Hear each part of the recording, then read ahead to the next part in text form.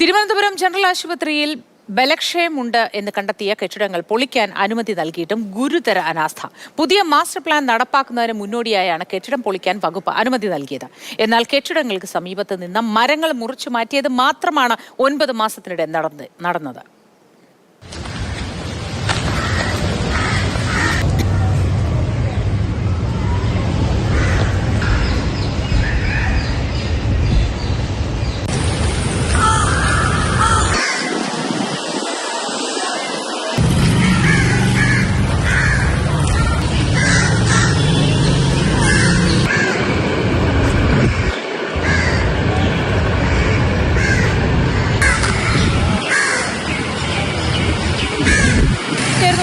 Stephin, good morning.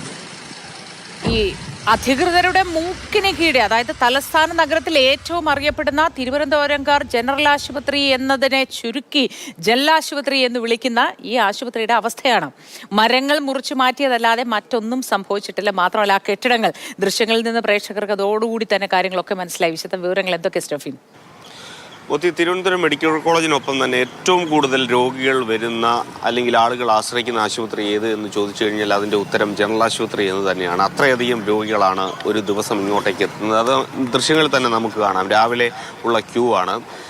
വലിയ ആരോഗ്യ സംവിധാനങ്ങളുണ്ട്, അല്ലെങ്കിൽ നമ്പർ 1 ആണ് എന്ന് പറയുന്നിടത്ത് ഇങ്ങനെ മഴയാണെങ്കിൽ മഴയൊക്കെ കൊണ്ട് ആളുകൾക്ക് നിന്ന് OP എടുക്കേണ്ട അല്ലെങ്കിൽ ഡോക്ടറെ കാണാൻ ക്യൂ നിൽക്കേണ്ട ഒരു സ്ഥിതിയിലാണ് നിലവിൽ ഇപ്പോഴും ഇവിടുത്തെ അവസ്ഥ. ഇത് നമ്മൾ പറയാൻ ഉദ്ദേശിക്കുന്നത് അതല്ല, ഈ ആശുപത്രിയുടെ ഒരു ശോചനീയ അവസ്ഥയാണ്.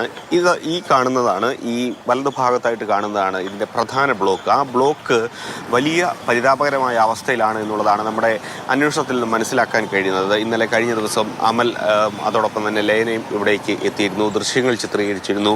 അവിടെ മനസ്സിലാക്കാൻ കഴിയുന്നത് പല കെട്ടിടങ്ങളും അപകടകരമായ അവസ്ഥയിലാണ്. പ്രത്യേകിച്ചും അവിടെ വാർഡുകൾ 1ഉം 2ഉം വാർഡ്, അതോടൊപ്പം തന്നെ ക്യാൻറ്റീൻ കെട്ടിടം പ്രവർത്തിക്കുന്ന സ്ഥലം, nursing superintendent office, respiratory medical OP, paediatric OP, അങ്ങനെ തുടങ്ങിയ ഒരുപാട് കെട്ടിടങ്ങൾ വലിയ ശോചനീയമായ അവസ്ഥയിലാണ്. നമുക്കൊന്ന് സൂക്ഷിച്ച് അതിൻ്റെ അകത്തേക്ക് ഇപ്പോൾ പ്രവേശിക്കാൻ കഴിയില്ല, വലിയ പരിമിതിയുണ്ട്.